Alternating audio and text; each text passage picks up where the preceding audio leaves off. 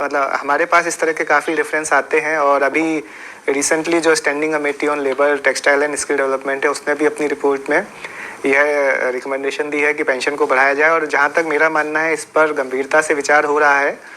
आपको निरंतर अपडेट किया जा रहा है कि पेंशन बढ़ोतरी के संबंध में क्या क्या प्रयास किए गए और सरकारी स्तर पर क्या क्या कार्रवाई चल रही है। पर पेंशनर भी निश्चिंत होकर नहीं बैठे हैं। देश भर में सांसदों मंत्रियों को ज्ञापन सौंपे जा रहे हैं जो कि प्रधानमंत्री मोदी जी को संबोधित हैं।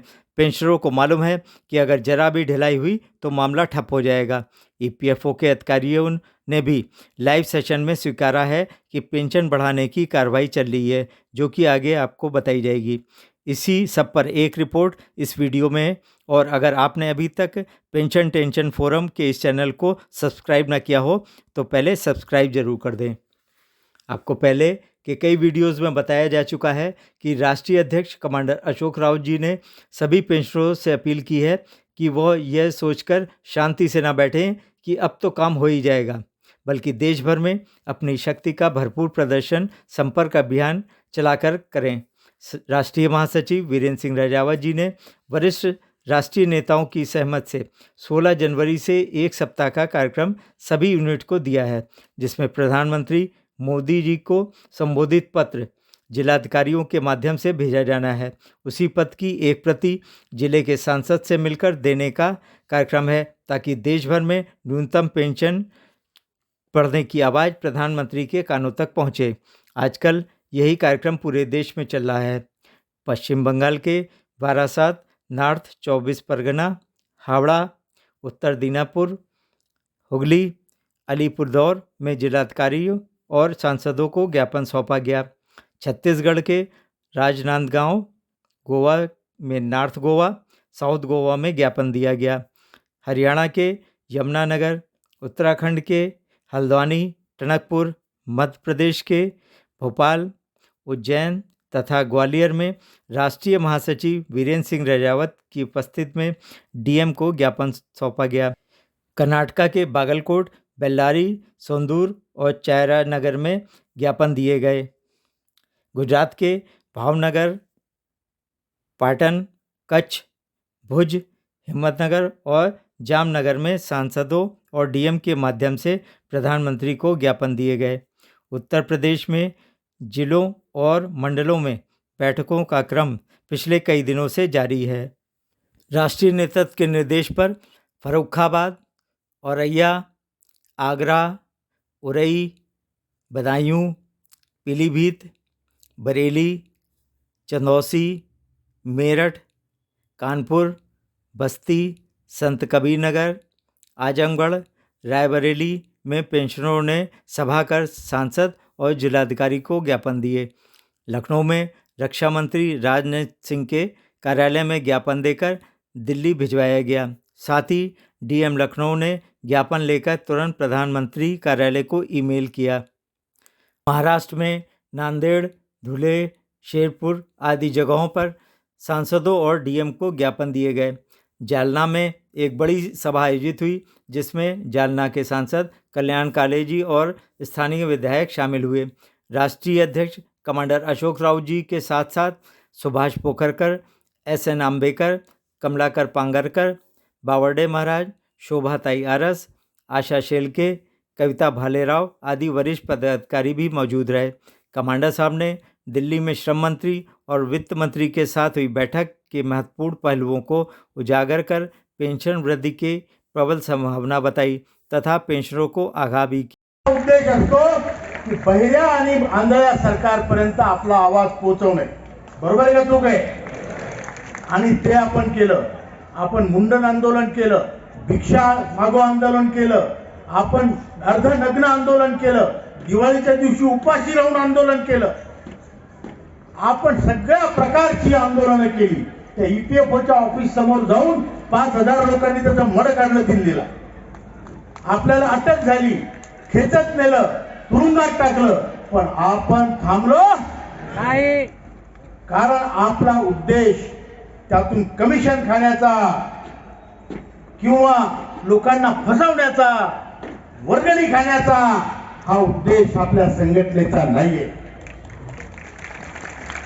आपला उद्देश आहे की जे या देशाचे आमचे जे बाप आहेत त्यांना न्याय मिळाला पाहिजे. आणि न्याय फक्त पैशाने मिळत नाही, न्याय सन्मानाने मिळतो. 2 जीवांना मेडिकल फॅसिलिटीज फुकट, या दोनही मागण्या आपल्या येत्या बजेटमध्ये व्हायलाच पाहिजे.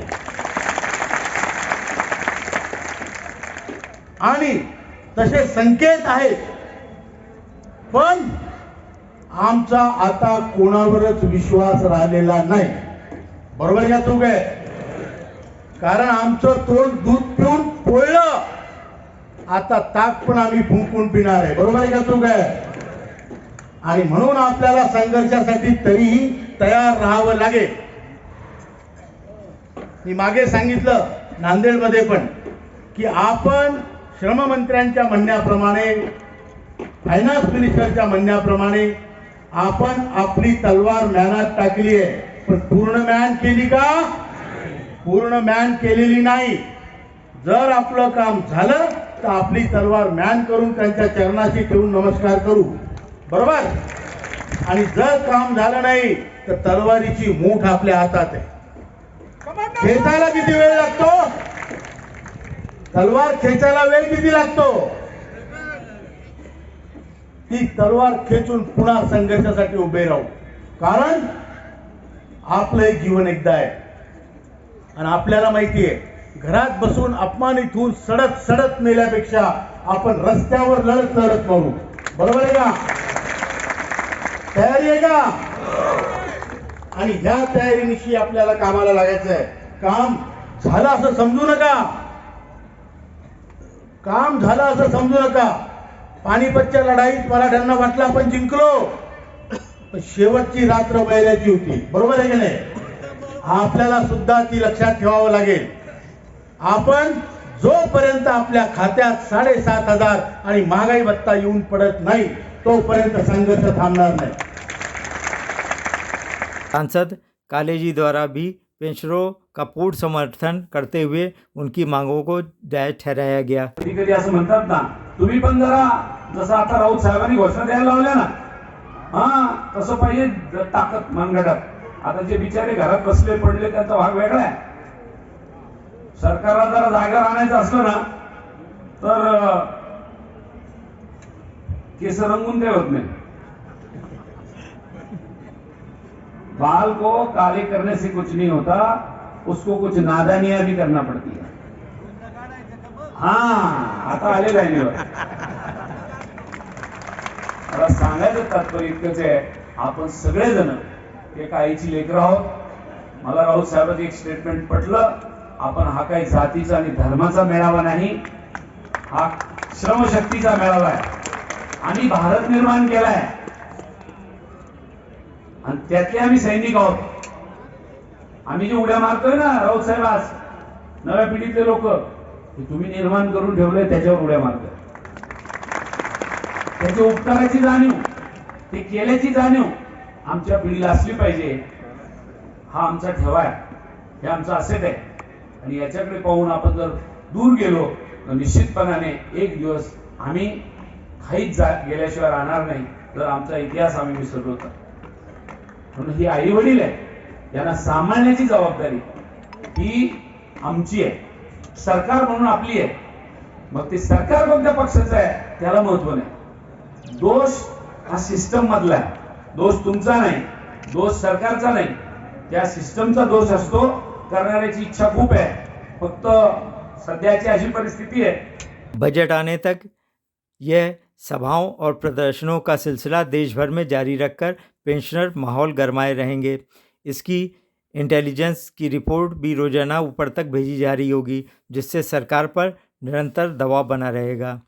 ईपीएफओ द्वारा हायर पेंशन के लिए सबके मोबाइल पर मैसेज भेजे जा रहे हैं. उसमें सबको भ्रम हो रहा है कि अगर 31 जनवरी तक उन्होंने कुछ फॉर्म वगैरह भर दिए तो उन्हें हायर पेंशन मिल जाएगी. कई शहरों और विभागों में मौका परस्त लोग पेंशनरों से फॉर्म के नाम पर पैसा वसूल रहे हैं, तो कुछ लोग चंदा वसूलने में लग गए हैं. कहीं बहकाया जा रहा है कि फॉर्म भरने पर ही मिनिमम पेंशन मिलेगी, जो कि निराधार है. जहां तक हायर पेंशन की बात है तो 90% विभागों में 5,000, 6,500 या 15,000 की सीलिंग से ऊपर की कटौती हुई नहीं है। दूसरा, किसी विभाग ने पैरा 26(6) की परमिशन ही नहीं ली। और तीसरा, पैरा 11(3) के अनुसार जॉइंट ऑप्शन फॉर्म भरा ही नहीं था और ना ही रिजेक्ट हुआ था। हायर पेंशन के लिए इतनी सारी कंडीशन है कि अधिकांश लोग पूरा ही नहीं करते, इसलिए वो हायर पेंशन के पात्र नहीं माने जाएंगे। इसलिए इन सब पचड़ों में न पड़ के मिनिमम पेंशन पर ही ध्यान देना लाभप्रद है। हाँ, औपचारिकतावश अपने एम्प्लॉयर को आप लेटर लिखकर अपनी सूचनाएं ईपीएफओ भेजने के लिए कह सकते हैं और उसकी कॉपी अपने आरपीएफसी को ईमेल कर सकते हैं। यह तो एनएससी की और पेंशनरों की कार्रवाइयों की रिपोर्ट हुई। सरकार की ओर से क्या हो रहा है यह भी जानना जरूरी है। आपको पिछले वीडियो में बताया था कि कैसे सिलसिलेवार पेंशन बढ़ोतरी की दिशा में कार्रवाई पिछले कुछ महीनों से जारी है। स्टैंडिंग कमेटी की रिपोर्ट के बाद महत्वपूर्ण बैठकें, फिर सीबीटी की एचआर कमेटी की मीटिंग हुई और विश्वस्त सूत्रों से ज्ञात हुआ कि उसमें 9,000 प्लस डीए का प्रस्ताव बनाया गया है, परंतु यह प्रस्ताव सिर्फ एक कमेटी का है। इसमें कुछ भी बदलाव की प्रबल संभावना रहती है। पर सीबीटी की एग्जीक्यूटिव कमेटी की जो मीटिंग हुई उसके मिनट्स में सिर्फ हायर पेंशन का ही जिक्र है, मिनिमम पेंशन का नहीं है। इसलिए लोगों में शंका बढ़ी कि वाकई कुछ हो भी रहा है या नहीं। जनवरी को ईपीएफओ के पेंशन पर लाइव सेशन में regional provident fund commissioner pension Pradeep Singh ने पेंशन से संबंधित कई मुद्दों पर प्रकाश डालते हुए मिनिमम पेंशन के बढ़ने पर जो कहा उससे स्पष्ट है कि अब तक आपको जो रिपोर्ट दी जा रही है वो वास्तविकता के काफ़ी करीब हैं। उन्होंने खुद माना कि सरकार पेंशन बढ़ाने की दिशा में कार्रवाई कर रही है। जी प्रदीप जी। हाँ, इसके अलावा बहुत सारे सवाल मैं देख रहा हूँ कि मिनिमम पेंशन बढ़ाने पर हैं। तो इसमें मैं यही कहना चाहूँगा कि हमारी स्कीम जैसी स्कीम बनी हुई है, ये भारत सरकार की स्कीम है, इसमें ईपीएफओ एक इम्प्लीमेंटिंग एजेंसी है। हर साल मतलब हमारे पास इस तरह के काफ़ी रेफरेंस आते हैं और अभी रिसेंटली जो standing committee on labour textile and skill development है उसने भी अपनी रिपोर्ट में यह रिकमेंडेशन दी है कि पेंशन को बढ़ाया जाए। और जहाँ तक मेरा मानना है इस पर गंभीरता से विचार हो रहा है, किंतु अभी जो स्कीम जैसी बनी हुई है हम लोग जो पेंशन देंगे वो उसके हिसाब से जो फार्मूला सेट है उसी से बनती है। ऐसा ईपीएफओ का इसमें कोई डिस्क्रिशन नहीं है। जैसा सरकार स्कीम में अगर कोई अमेंडमेंट बढ़ाने के लिए करेगी, जैसा कि 2014 में हुआ था जब मिनिमम पेंशन पहली बार 1,000 बनाई गई थी, अब 10 साल हो गए हैं तो ये समय है कि इसको बढ़ाया जाए। बट ये सरकार इस पर मेरे ख्याल से विचार कर रही है और जैसे ही सरकार इस पर कोई अमेंडमेंट देगी या कोई ऑफिशियल डायरेक्शन देगी उसके हिसाब से ही ये स्कीम में परिवर्तन किया जाएगा और लोगों की पेंशन उसी हिसाब से निर्धारित की जाएगी। बट अभी जो पेंशन है वो आपके कंट्रीब्यूशन किस सैलरी पर आया और कितने साल की सर्विस है उसके हिसाब से जो स्कीम में फार्मूला है उसी से बनती है और वो एक निर्धारित फार्मूला है और स्कीम में जो टर्म्स एंड कंडीशंस हैं, जो प्रोविजंस हैं, उसी के हिसाब से पेंशन बनती है। और ये पेंशन जो है क्वांटम है और जो चीज़ें हैं वो सब तय होती हैं बाकायदा। जो फंड है, जो पेंशन फंड है, उसके एक्चुअल वैल्यूएशन के हिसाब से सारे फार्मूले और सब चीज़ें बनती हैं। बिल्कुल। तो अगर फंड में ज़्यादा रिटर्न आता है तो पेंशन ज़्यादा मिलती है, इस तरह से रहता है। ऐसा है ना? बिल्कुल बिल्कुल सही कहा आपने। इवन शुरुआत में कई बार जब रिटर्न अच्छे थे पेंशन स्कीम के तब हम लोगों ने 1-2% पेंशन बढ़ाई भी थी। अभी रिसेंटली वैल्यूएशन चल रहा है और जब जैसे ही इस पर सरकार से कोई निर्णय होता है उसी हिसाब से मिनिमम पेंशन पर भी निर्णय लिया जाएगा। इसके अलावा हायर पेंशन पर भी बहुत सारे क्वेश्चन आ रहे हैं, तो मैं यही कहना चाहूँगा कि इस मामले में मुख्यालय हेड ऑफिस से जो भी ज़रूरी दिशा निर्देश हैं वो जारी किए जा चुके हैं और सभी ऑफिस इस पर काम कर रहे हैं तल्लीनता से। और अगर आपको फिर भी कोई समस्या है तो आप अपने नज़दीकी रीजनल ऑफिस में जाकर बात कर सकते हैं या फिर EPFI-GMS जो हमारा ग्रीवेंस पोर्टल है उस पर भी अपनी ग्रीवेंस रजिस्टर कर सकते हैं। अब जब RPFC स्वीकार कर रहे हैं तो CBT की HR कमेटी या एग्जीक्यूटिव कमेटी की मीटिंग के बाद मेन CBT की मीटिंग अभी तक क्यों नहीं हुई? पेंशन बढ़ने का प्रस्ताव तो उसी से पास होकर सरकार तक जाएगा, इसलिए 2-3 दिन में CBT मीटिंग होना चाहिए, वरना कुछ गड़बड़ ना हो जाए। वैसे जानकारों का कहना है कि अनौपचारिक रूप से बजट में पेंशन बढ़ाने का प्रस्ताव भेज दिया गया होगा, क्योंकि उसके लिए बजट प्रावधान पर बड़ी कार्रवाई करनी होती है। सीबीटी मीटिंग से औपचारिक प्रस्ताव एंड टाइम पर भेजा जा सकता है। यह भी हो सकता है कि मांग के अनुरूप प्रस्ताव न तैयार करके पेंशन का कुछ कम निर्धारण हो रहा हो और इसका खुलासा पहले से नहीं करना चाहते हों। फिर भी एनईसी के राष्ट्रीय नेताओं को बहुत सावधान रहने की ज़रूरत है, कहीं मंत्रियों के वायदे कोरे न साबित हों। पर अब की जो महत्वपूर्ण मीटिंग हुई और कार्रवाइयाँ हुई, उससे तो यही लग रहा है कि सफलता ज़रूर मिलेगी। आप भी थोड़ा इंतजार और करें और हर परिस्थिति के लिए तैयार रहें। अपनी राय ज़रूर लिखिएगा। वीडियो के अंत में बेल का बटन दबाकर लाइक और शेयर करना तथा चैनल को सब्सक्राइब करना न भूलें।